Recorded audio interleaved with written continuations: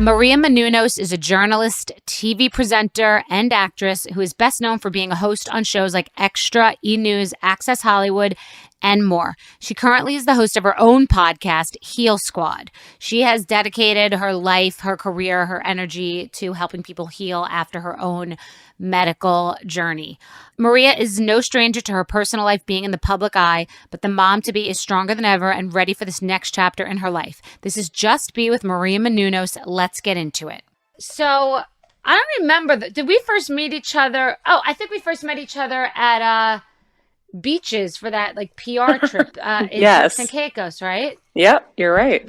I remember that being really nice. Like, I was sort of surprised at what I thought beaches or sandals. And I think they actually advertise on here. When I went there, I remember it was like a new building, the Italian Village. And I was surprised how nice it was. Didn't you Yeah, find that to be like actually really beautiful? agreed. I remember they made the swans on our beds out of the Yeah. towels. Yes. It was so Yes. cute. And I'm friendly with Adam Stewart still, and I've kept in touch throughout the years. They're really lovely people.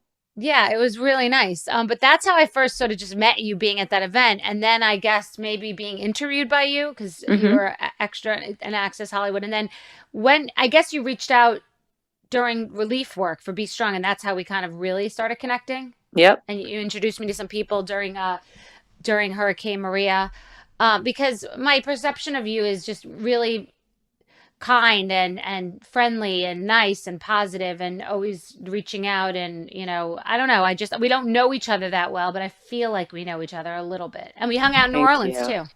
Yeah, I feel like we are kind of like sisters on a path, right? We want to do better and we want to help people. And so I remember when you were doing all the relief stuff, I can't remember which tragedy or disaster it was, but I was in an airport in DC and I was seeing what you were doing and I was so blown away and I was like welling up in tears like, gosh, this woman is unbelievable in what she's doing for people and just a one woman machine.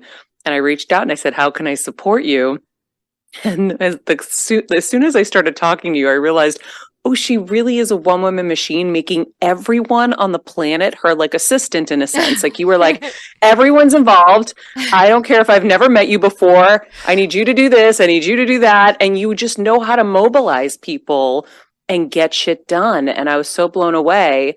And so, yeah, when COVID hit, I remember as well getting you in touch with, I think it was Grant to get you some funds and You Grant were Bersantic amazing. from Rally. And Yeah, it was yeah, Hurricane Maria, and you got me in touch with that guy Grant and people. And then again, you reached out, and you kind of were the one to let me know how much of a shit show the PPE situation was. Like, you were hmm, one of the first people to care about that. And then we ended up doing I have the chills. We ended up doing PPE to all 50 states. I think it was like $15 million in PPE. I'm the type of person that someone else alerts me to something, or many people do, and then I become like this crazy like Terminator that, yep. exactly as you said, becomes just like can't stop and has to go all the way. But you've always connected about that. And I've met Kevin, your husband, and I think I asked you this, but I don't remember. What was the reason you waited so long to actually get married, and why did you feel that it was necessary to be married, legally married? When we first got together as a couple, there was a lot of family turmoil. We had a lot of issues with, ironically, both of us with our brothers. Oh, okay. And it was just not in the cards because if we got married, we wouldn't have included them. And my parents and his parents would have been devastated. Oh, that's interesting. Oh, so really was that for like, Yeah. really? Yeah, because at first we were like, oh my gosh, let's go get married in Vegas. Like we were just, so obsessed with each other and so wanted to do it. And then it kind of just, there was just this like little bit of a dark cloud with what was going on. And very soon after I met Kevin, I ended up getting my first job in LA. So we moved out here and then just the mad train just started and we just, there was no time. There was no, and for us, we just, we were really sad about the family situations and I knew that we wouldn't do it until things were rectified. And it took many years, like 20 years to get to that place. I mean, you don't have to tell me about it because I know that, I mean, that's not even something I've ever heard about. But did, how did you resolve? First of all, because you wanted it to be a big affair? Because you could have just gone to, I relate to this, is why I'm asking, because I'll explain why, but you could have just gone to City Hall. But like, is there any part of you that it didn't matter? You were committed to each other and it's just a piece of paper, like it's Totally. a contract, and who cares? Totally. Yeah. Yeah. Forever we were like, we're married in our hearts. Yeah. I really didn't believe a piece of paper was going to make a difference. Right. And so it didn't matter to me. And I remember being at Kris Jenner's for Christmas, and she was telling me, you know, my mom was diagnosed with stage 4 brain cancer at the time. And she's like, tomorrow is never promised. And I was hosting New Year's Eve for Fox with Steve Harvey. And they had asked me if I would want to get married on the show. And I was like, ew, no way. And then I thought about it and I'm like, wait, I can get married on TV, meaning everyone can be a part of it, but I don't have to worry about inviting anyone or organizing, dealing with anything, which I had been on Martha Stewart's show years ago. And it was funny. It was like a wedding week. And I was like the Debbie Downer about weddings. I'm like, I hate weddings. They're nightmares. Everyone makes the bride miserable. And I don't want any of that stress. Right. So I got the perfect scenario for me. And my mom and dad were surprised live on air. And it was a really beautiful experience. And then later that year, my real dream, which was to get married in the village my dad was from, came together. So we got married in the village in Greece. And it was an unbelievable event. Wow. I get all that, because often, so if something comes and it's like an appearance that appeared in Australia, you're almost as excited. You're just excited that someone else is planning the trip. Like they're going to plan the hotel, the flight, all of it. And you're going to show up, and I could bring my daughter and we'll be meeting koalas. So I get what you're saying. Like it was a planned wedding. So, you know, every time I hear about something unfortunate happening with you, I almost can't believe it, all back to back. So your mom passes away, which was so devastating for you, tragic beyond just that alone, like really took you out at the knees. And didn't you get married around that time, or you had been married not that far before? We had been married at that point because my mom passed 2 years ago. But you weren't married that long, right? Wasn't it like all in the same year or no? Maybe it was like 3 years before. Oh, okay. It was soon. It was okay. So she got to see you get married. Your mom passes away, and your dad you're very close with, and he's devastated too, obviously. So you're sort of taking care of him emotionally too, and then you are diagnosed with your own illness, the first. The first was the brain tumor soon after she was diagnosed. So she was diagnosed late August 2016. By April 2017, I was diagnosed with a brain tumor. So we went through the brain tumor journey, which was crazy. And so, and then she passed. She made it 5 years, which was a miracle. We beat COVID, which was, you know, a feat in and of itself. But she was so weak, I couldn't give her the chemo. So she couldn't keep that tumor at bay. And so the tumor grew out of control, and that's how we lost her. Oh my God. And then what were you thinking and going through? And I mean, how did you remain positive? Like, what are you actually thinking when you hear that kind of news? And like, then how do you digest it and move through it? And what is going on every day when like stupid things are happening that no longer seem like they matter? Or like a dumb purse or pair of shoes that you thought mattered to match an outfit or something. Like, what goes on? Yeah. I mean, none of that stuff matters. Right. I remember I filmed every step of the way. So if I'm ever curious how I handled it, I'll go back to my video diaries, because I'm too lazy to write. So I do video diaries. And I remember just being in shock, because my whole life was committed to helping her through this and finding another way and researching new alternatives and just piecing together her health. As I say here on my show on Heal Squad, I always say you have to be the CEO of your health. You can't give that power over to anybody. You can take opinions, you can get information, you can go to people for things that they are experts on, and whatever. We could get into that deeper. Oh, no, beyond it. We have to get into that, because we have to get into that. That's very. But I ran my mom's health, and I know that, you know, what she had comes with a 6 to 12 month death sentence. She ended up getting 5 years, and the only reason she isn't here is because of COVID. Wow. So after she passed, I had a loss of identity, because I was a caretaker now for 5 years. I had really given her the ferocity that I had put into my career, and all of that went to her. and becoming a fake doctor. And so I had a loss of identity. I was really kind of just in this, I don't know, maybe like a purgatory in a sense, where I just kind of would look at her picture in my kitchen and be like, I can't believe you're not here Oh anymore. my And just God. not mopey, but just little lost.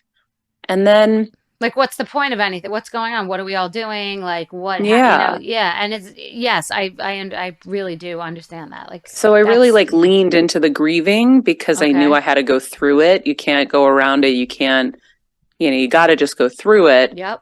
And so she passed May 2nd. By September, I had a reading with Marianne DeMarco, the medium. Okay. And have you ever had a reading with her? No. Oh, you'd love her. Okay. My mom reached out to her and she connected. She's like, I know this sounds, probably crazy to you, but your mom really wants to connect with you. So we connected in a session. And from that moment on, I felt lifted and so much better and was able to kind of proceed with life. Ah, interesting. Like I was Okay. kind of grinding along still. I was building a website at the time and I was, grudging through everything. But then after that, I felt better.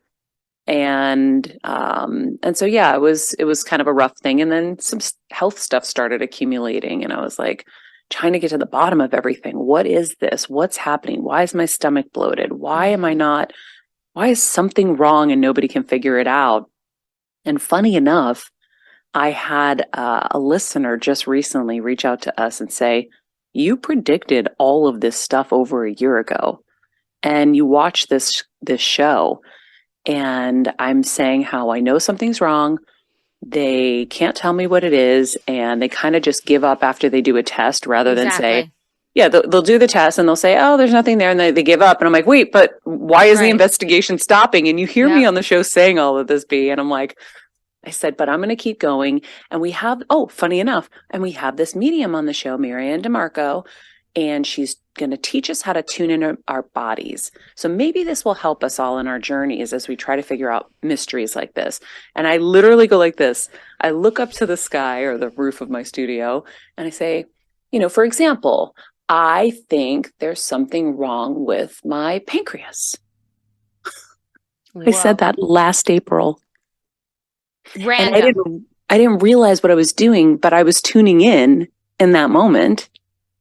I just didn't connect the dots. And so 2 months later, I was diagnosed with type 1 diabetes.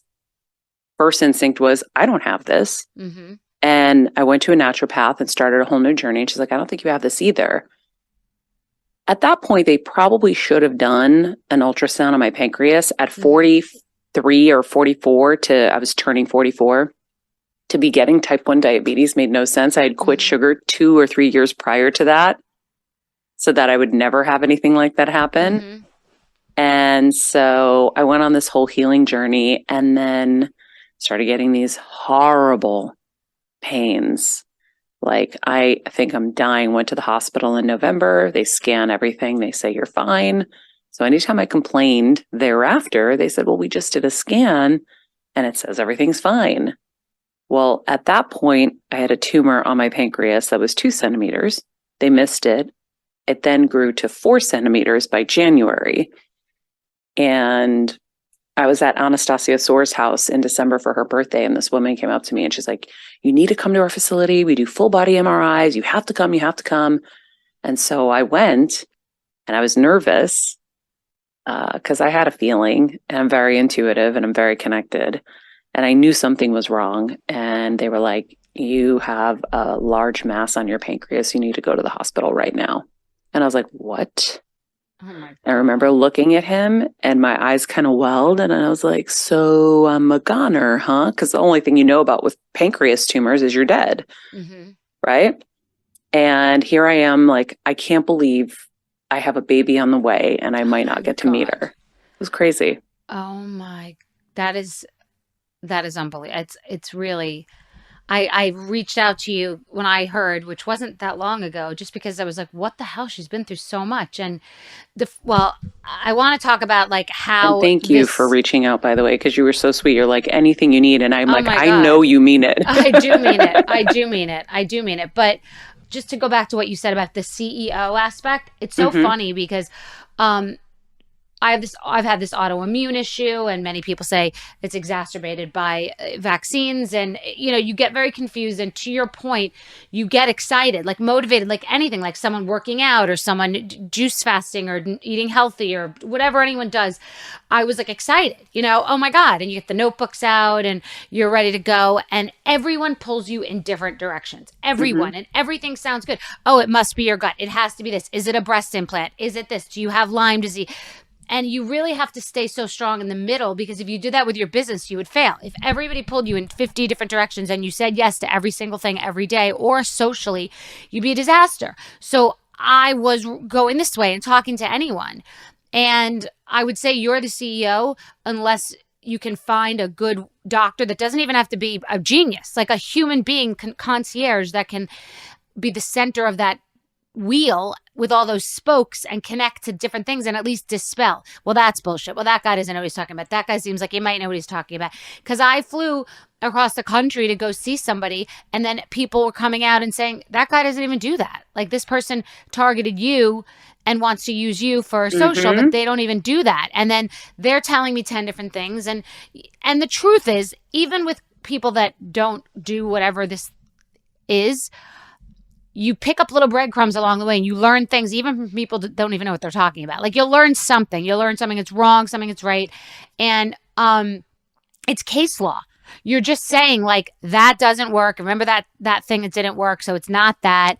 And you got to kind of be really organized and, like, pull together your own thing. And no doctor is some wizard. They're just an accumulation of medical information that they've studied, trial and error that they've deduced. I like a doctor that says they don't know, but they're willing to look to find out. Like, I don't like someone who says they're an expert, because no one can be an expert on all these things.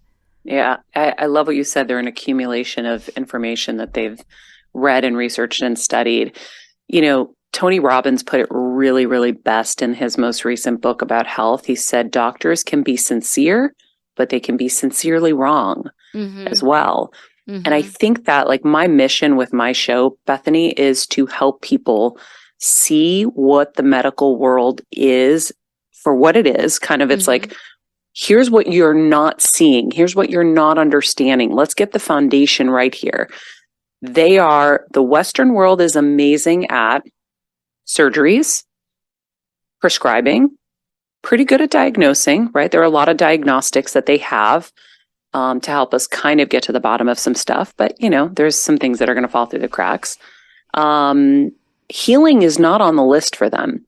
And process, like x-rays, like process, blood tests, urine tests, x-ray. That's why I was saying process. The diagnostics. Yeah. Yeah, exactly. So, but when you talk to really, really, really high level doctors, they will tell you the number one goal of a hospital or a doctor's office is not to get sued.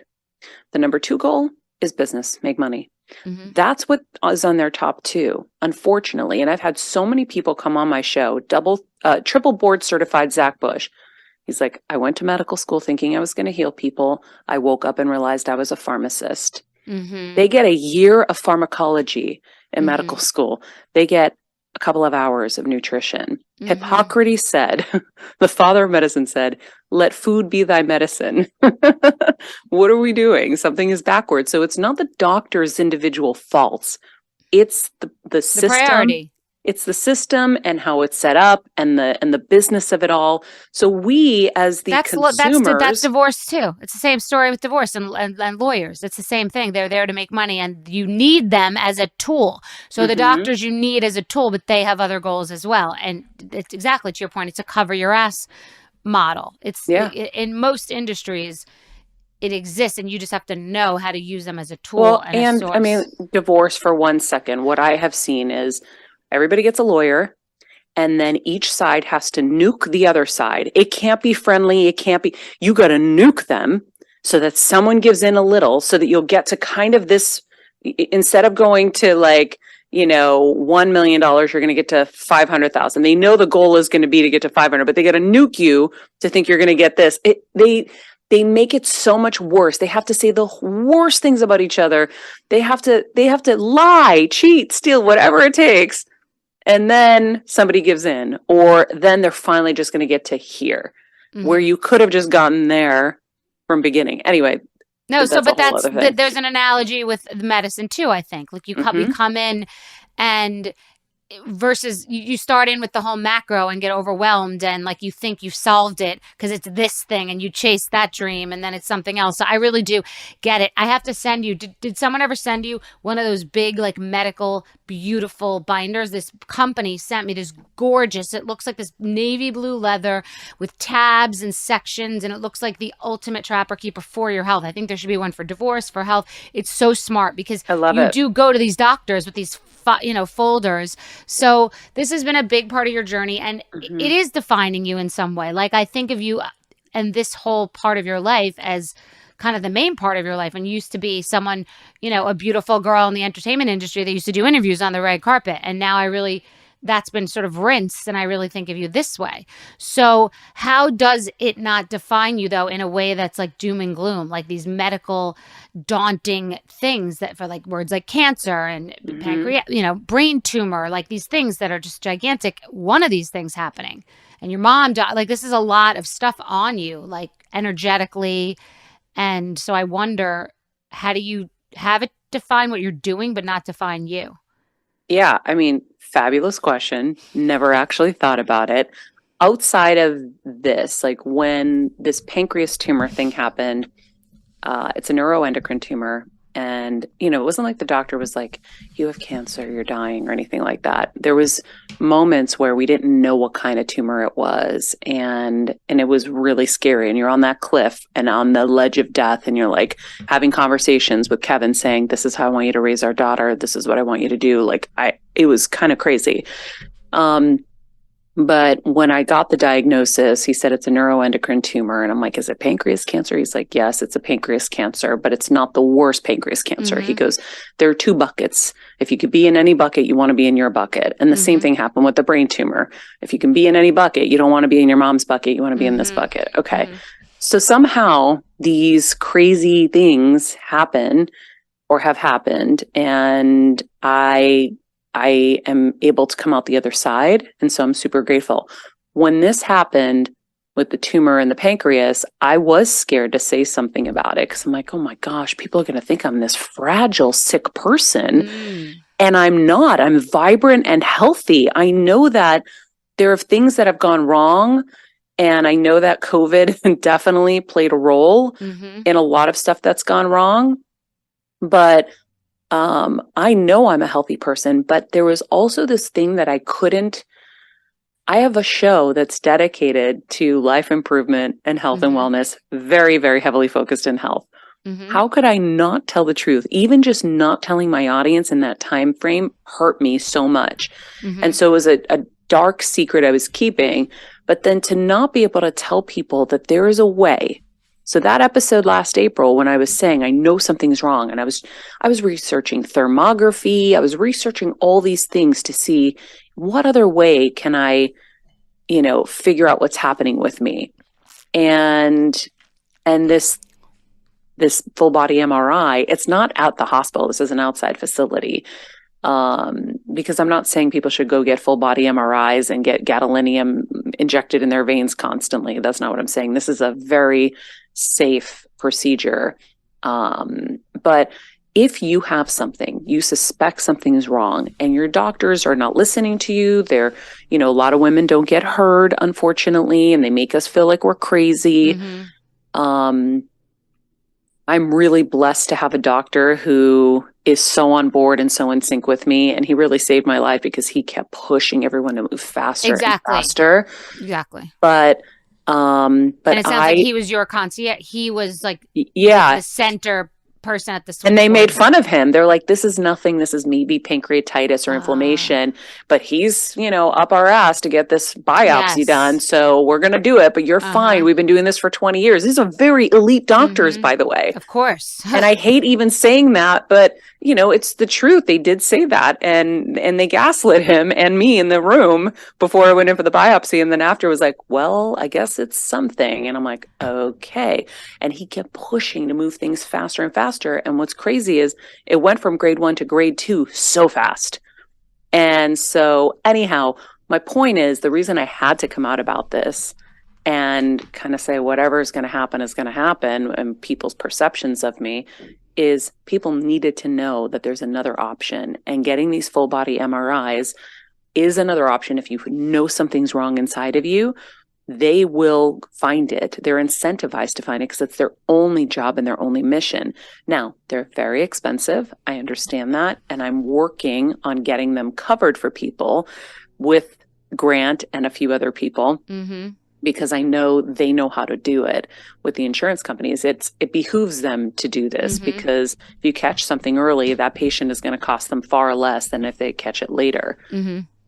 So I was like, okay, people say turn your mess into your mission, or whatever the hell they say. I don't know. I'm like, I'm going to figure this out for people. Do I worry that people think these things of me? I still want, to work in this business. I still want to do things. I have such an energy and I love having fun. And do I worry about that? I meant more from you, not what people think, though. Like, I think you're this person. I don't think of you as weak. I think of you as a person who's like on this path to health, like not only your own health, obviously, but just like you are passionate about this. You've been through it, and you're a communicator, messenger. I meant within you, like you feeling like you got scared you weren't going to be able to be a mother to your daughter, and that you had all these things happen. Like for you to get out of the purgatory you said you were in, like for you to be, perky and silly and lighthearted and not have it define you for you. I don't think it defines you for people, unless you may think that. I don't see you like that. I see you as like strong and a survivor, but maybe that's what you meant, that you don't you don't want everyone to think you as that. Well, that was my worry, because, this has just been a very crazy, crazy situation. But for me, I think the only thing I feel is at times some paranoia.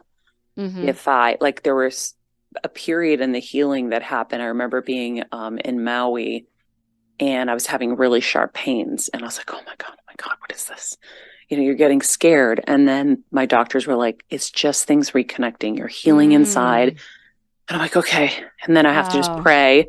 Yes. And then I have to remember that I'm guided and I'm protected, and I have to use all my tools that I've learned on the show and implement them. And then I calm down, and then everything gets better. And so those pains have gone away, and I do feel better. And I'm like, okay. But there are things that will pop up. Like the other day I was having pain in my side. I'm like, oh my God, is that my kidney? Oh my God. Right. And so I just prayed to Saint Nectarios, our healing saint. I said, please, can you just remove that pain and heal whatever's there? And it worked. And I was like, okay, thank you. So. And has Kevin been on his own roller coaster ride too? Like scared, and you have a baby, and you're married, and you got everything that you want, and you worked out your family issues, and now how has he been handling everything emotionally? This one terrified him. This one, we were both like fetal position, like what the heck? Because like I said, there was a moment we thought he was going to be raising this baby alone, and that sounds really scary. But he's been a trooper, and he's been a great caretaker. And I just said to him, I just don't know why in this lifetime, when I met him at 19, what sealed the deal for me, first of all, I was like, okay, I'm attracted to him. But I remember him telling me that he took massage therapy classes to heal his dad of pain, because his dad had cancer. Oh. And I remember thinking, wow. Yeah, and I remember thinking, oh my God, you're a caretaker? Done. I'm going to make you fall in love with me. I don't know why, Bethenny, at 19, I thought I needed a caretaker, but I am very intuitive, and I must have known inside of me. But not only to me, my dad, my mom, during COVID, to protect us, he would take my mom to chemo, to the hospital. And it was not easy, because my mom had a lot of kind of brain damage, and she had a hard time walking at some point with her left side. It was a real job. And he loved it. He loved those days. He's like, they're my favorite days. We have so much fun together. So he's had this caretaking job this whole time. And so, yeah, I don't know why God has given you so many caretaking jobs. I'm so sorry. It is an important thing in life, thinking about that. Like as a people don't talk enough about, not doctors, not medical professionals, but the caretaker. That's like the day in, day out, the morale, the real, like feeding the spirit and the soul. Hmm. Very interesting. It's funny because I started this meditation program last January and it changed my life. And one of the things I focused on was full mind, body, and soul healing.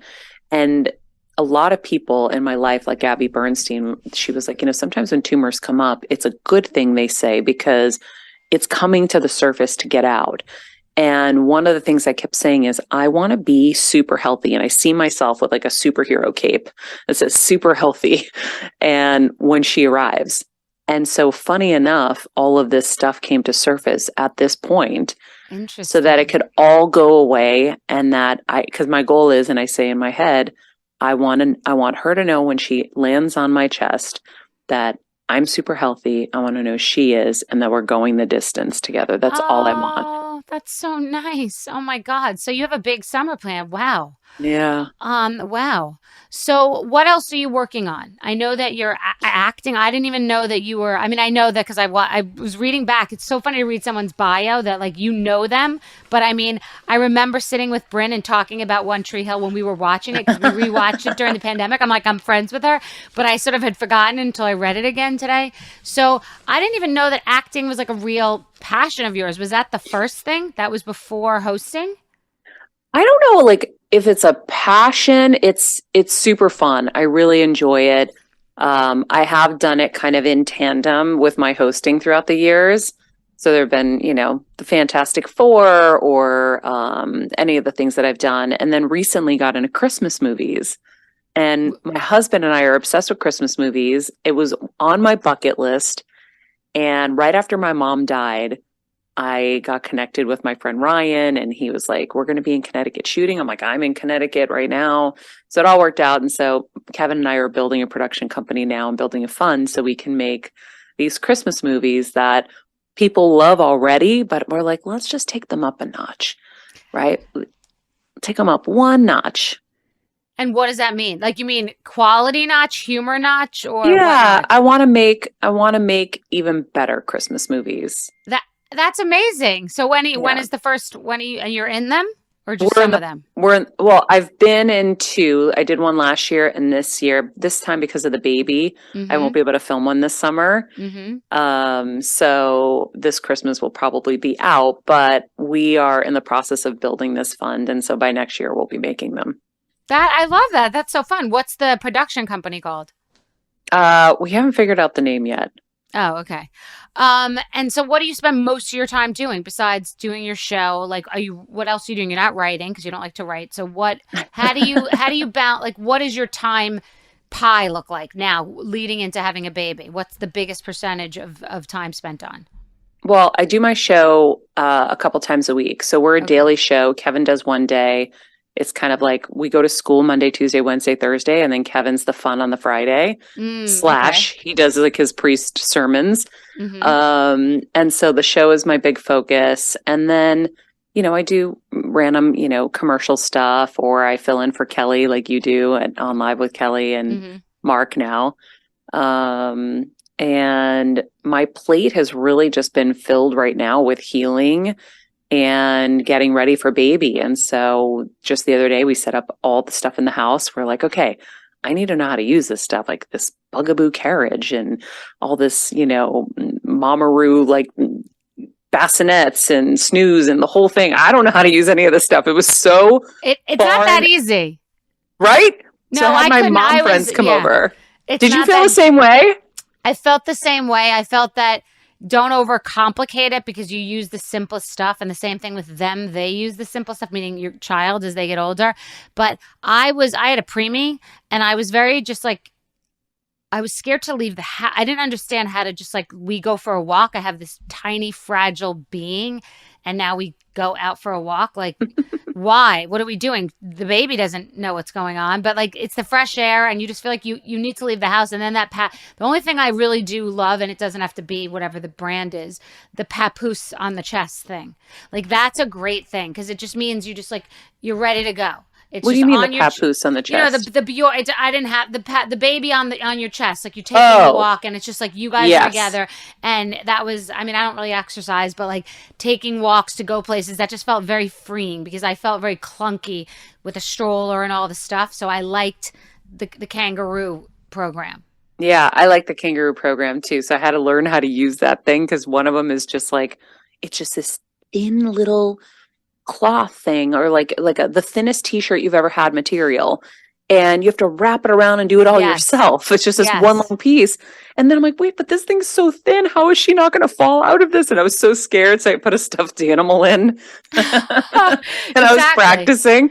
Yeah. But it's been fun. Like it's so crazy to have a baby later in life. I think it's such a cool thing because I'm gonna give her all of my time. Yeah. I mean, I was Well, a late. lot of it, you know? I was late 30s, so I was later too. And it's funny you're bringing me back. The one thing I did learn was that when everyone would say, "How do you balance work and being a mom?" was that I was really present and am present in both. Like, because you try to do both at the same time. You're trying to, like, I would be running out of photo shoots, like taking food from the photo shoot so I could bring it to her because I didn't want to be gone for a second and she wouldn't even notice. Like, you get in your head about this stuff that doesn't matter, and every class and every rug that has letters and numbers on it, and they don't know. You just like kind of feel like you should be doing everything, and it's a little, it's too much. You don't need to be Yeah. so crazed, and also then to be really just present in work, but versus like checking in all the time and being obsessed with not being there and the guilt. Like, it doesn't serve you, that guilt in both directions, that being torn, I found. Yeah. How You did you know, feel about having an only child? How has that worked for you? Because we're kind of getting cozy with the idea now. I love it. I love it. She loves it. I was an only child. I don't even think of it as a thing. Like, it's not, and she doesn't think of it as a thing. I've loved it. I mean, being a mother is the best thing in the world. It's the greatest thing if you like get your own relationship with it. Like, not getting caught up in your head and taking everyone's opinions, because you don't know anybody who has a perfect child or that's a perfect parent. So like Hmm. getting worried about doing things right or wrong. I didn't have a nanny, and I don't say that like I'm some hero or anything. I had a baby nurse for a while, but I liked later always doing the bath myself and always doing these things, because if I had had someone there, I would have relied, the muscle would have gotten weak because you have someone there to do it. So of Hmm. course the bath is a pain in the ass sometimes. Like, things are pains in the ass, but when you do them yourself, it's like, it's really nice. And I really, really stuck to that schedule because it's your only friend. Sleeping Yeah. when they're sleeping, it's your only friend, is that schedule that Yeah, you you make. talk about like what I've been doing. I'm like, I'm reading books. Yeah. I'm trying Re- to, because it's like a business. Like it's a whole other world you have to delve into and learn about. Not that you're going to do things perfect, but just an awareness of a schedule even being important. Yeah, and awareness of the schedule. The consistency and the schedule is important, but you'll learn most everything from the baby in front of you. But I do think that was something safe. And you make up your, it's like same with a dog. Every 4 hours, you're letting him out for a Hmm. walk. Like, it's like it doesn't matter if it was 3.5 hours or 5.5 hours, whatever thing you decided with your dog that worked. It's like that. You just have to stick to Yeah. something that seems like, some program that you can adhere to just for your own sanity, for your own Kevin structure. jokes. He jokes that he's been in the infant stages for 20 plus years with our dogs, that they wake him up every 3 hours anyway. So he's like, what's the difference? Not a lot. Well, we'll see. But you'll let me know. They say, which made me very sad. They say, when you have a baby, your dog becomes a dog because your dogs are your babies. And when Ellen DeGeneres on her show asked me, does Bryn and Cookie, my dog who passed, get along? And I said, they do get along, and it'd be unfortunate to have to give away the baby. So I'm glad they do. I die for you. That's amazing. I feel like it'd be hard to have to give away a child. Cookie was there 18 years. Sorry, just a new Yeah, baby. Yeah. So I love you. yeah. So, well, I'm really, really happy to know you. I'm really happy for your success, and Thank you. I'm so sorry you've been through such tragedy. But I mean, I hate to refer to it the way that I think of divorce, but the worst thing that ever happened to me was my wretched, horrendous 10-year divorce. And while going through it, I would say to myself, like, this is happening for a reason. I know it's happening for a Hmm. reason. It's one golf hole. There are 18 holes. One day I'll be done with this. and I'll be able to help other people. I mean, and I Mm-hmm. really am an expert on divorce. And like, you didn't go to medical school and I didn't go to law school, but I am an expert on every Yeah. aspect of divorce. So you're an expert on many things as it pertains to health, and at least the whole industry you're definitely an expert on. So you really can help other people. Yeah, and that's always been my underpinning in life, right? I've always wanted to help people. I love helping people, and so I don't look at them as tragedies. I look at them as opportunities for growth. I've Mm-hmm. grown so much. I've learned so much. I know that I'm so freaking strong. I know that I can handle anything that comes my way. Mm-hmm. My faith has become more and more rooted and strengthened every single second of every day, even though I thought it was the most, I mean, like it couldn't get any better. It Mm-hmm. does get better and better. And so I keep becoming a better person because of all of it. So I'm grateful for the journey. I know that, there's nothing I can do. It is what it is. And Mm-hmm. so I'm going to do the best I can to roll positively through things. And that's why I love my show, because I learn how to do that through Mm-hmm. here every single day. I'm getting tools to help me, ride those crazy waves of life. And they're going to happen. Mm-hmm. Problems come, but they are opportunities for growth. And we're not going to see it like that right away. And by the way, when I was facing what I was facing, I was shook. But at some point, I remember looking at my mantle with all my icons, and I say all my prayers every night for everybody and everyone who's sick in my life. And I was like, this doesn't make any sense.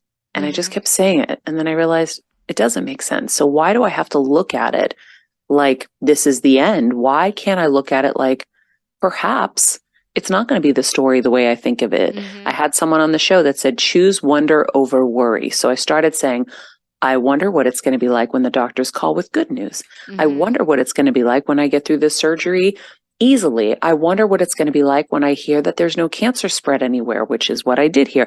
And once I started doing that, so if I can give you guys one massive tip aside from the other stuff, choose wonder over worry. Mm-hmm. It helps you, and you also help manifest the things that you start wondering about, because you get into this creative mode and the quantum and everything starts, conspiring in the universe to work in your favor. So choose wonder. And those things started happening instantly when I started doing it. Yeah,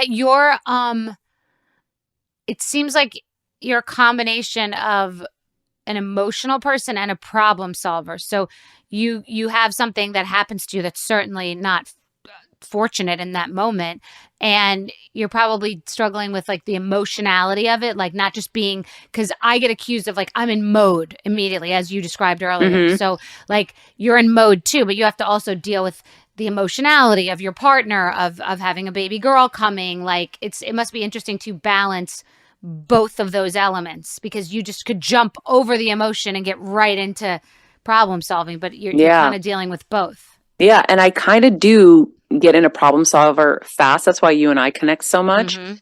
And now I'm having to, okay, I got to go into therapy now and really hash this out, because Yes. I move through things so fast. Same. Kevin's like, Maria, you go through things that are so crazy so quickly. Mm-hmm. It's like it never happened, but it Right. did happen, and you need to process it. Agreed. But that's my exactly, like, because you're like, well, no, I'm going to go here and I'm going to do that. I'm going to talk to that person. I got this notebook, this number 2 pencil, and I'm ready. And it's like, right. But Yeah. you just heard this crazy news, and you have a daughter and a mom that, there's stuff to, I have the same, that's why I said it, because you can solve any problem, but the emotionality of it has to catch up too. Yeah. I lived for MacGyver. I'm sure you did too. I lived for that show. That's because I was like, my favorite thing is to solve stuff and to figure it out. So yeah, we do have to lean into our emotions, and we have to feel everything, but we can't get stuck there. That's the key. no, you can't wear it is part of your story, but you don't wear it as your story, which is an interesting distinction. Well, I'm so glad to talk to you. Love you so much. Have a great day, and thanks for doing this. Of course. Like I said, if you need a health collaborator, okay, I'm here. Awesome. Tell Kevin I said hello. I will. He sends his love too. He loves you. Okay. Have a great day. Bye. Maria is wonderful. She's beautiful inside and out. She is physically beautiful. She is beautiful inside. She is a really good person. She is genuinely interested in helping and loving. And I respect that she's been in such a long-term relationship with someone she's known since she's 19 who helped her take care of her family. She's been through so much and she's paying it forward. And I just really think she's wonderful. So thank you so much for listening. Rate, review, and subscribe, and have a wonderful day.